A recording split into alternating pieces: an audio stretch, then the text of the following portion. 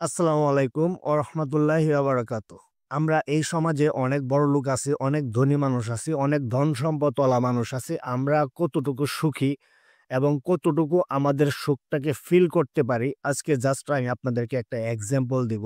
তাহলে আপনারা খুব সহজেই বুঝতে পারবেন। যেমন গতকালকে রাত্রে আমি আমার ফার্মের আমার বিভিন্ন হাতের কাজকাম থাকে, কাজকাম শেষ করে প্রায় রাত্রে ২টা বাজে আমি ঘুমাইছি। ঘুম থেকে উঠছি ১০:৪৫-এ। এখন আমাকে অবশ্যই ফার্মে খাবার দিতে হবে, পানি দিতে হবে, খামারে যে টুকটাক কাজ থাকে হাতের, এই কাজগুলো শেষ করতে হবে। ঠিক আছে? কিন্তু এর ভিতরে ঘটে গেছে এক ঘটনা। আমার চাচ্চু, আমার কলিজার চাচ্চু উনি মারা গেছে। আমি জানিই না। মারা গেছে রাত্রে ১টার দিকে। আমার কানে যে খবরটা আসবে এটাও আসে নাই। সবাই ছিল ঘুমে।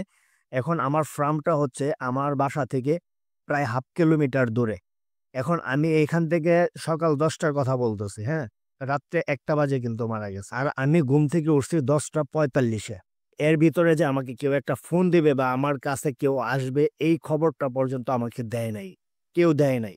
আর অনেকেই ঘুমে ছিল, অনেকেই জানতো না। সকালবেলা চিল্লাচিল্লি শোনার পরে কিন্তু জানতে পারছে। এখন ১০:৪৫-এ ঘুম থেকে ওঠার পরে কিন্তু আমি বাসায় যাই না। আমার খামারে হাতের কাজ থাকে, পানি দেওয়ার কাজ থাকে, খাবার দেওয়ার কাজ থাকে।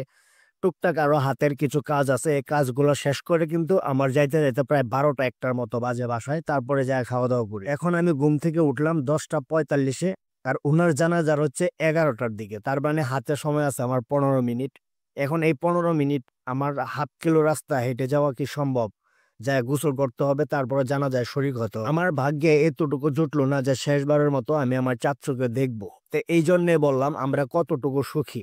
দেখুন এই সমাজে আমরা এই টাকার জন্য বাবা-মা অথবা প্রিয়জন আমরা হারায় ফেলি। শেষবারের মতো তাদের সাথে কথা বলা বা তাদের মুখ দেখার সুযোগ হয় না। বিশেষ করে যারা প্রবাসী ভাই আছে তারা বা এই বিষয়টা খুবই কষ্টকর। এখন আমার চাচ্চু মারা গেছে। আমি বুঝতে পারতাছি বিষয়টা আপনাদের সাথে শেয়ার করতে মনে চাইলো। শেয়ার করলাম। আমার চাচ্চুর জন্য দোয়া করবেন। আসসালামু আলাইকুম। ভালো থাকবেন, সুস্থ থাকবেন।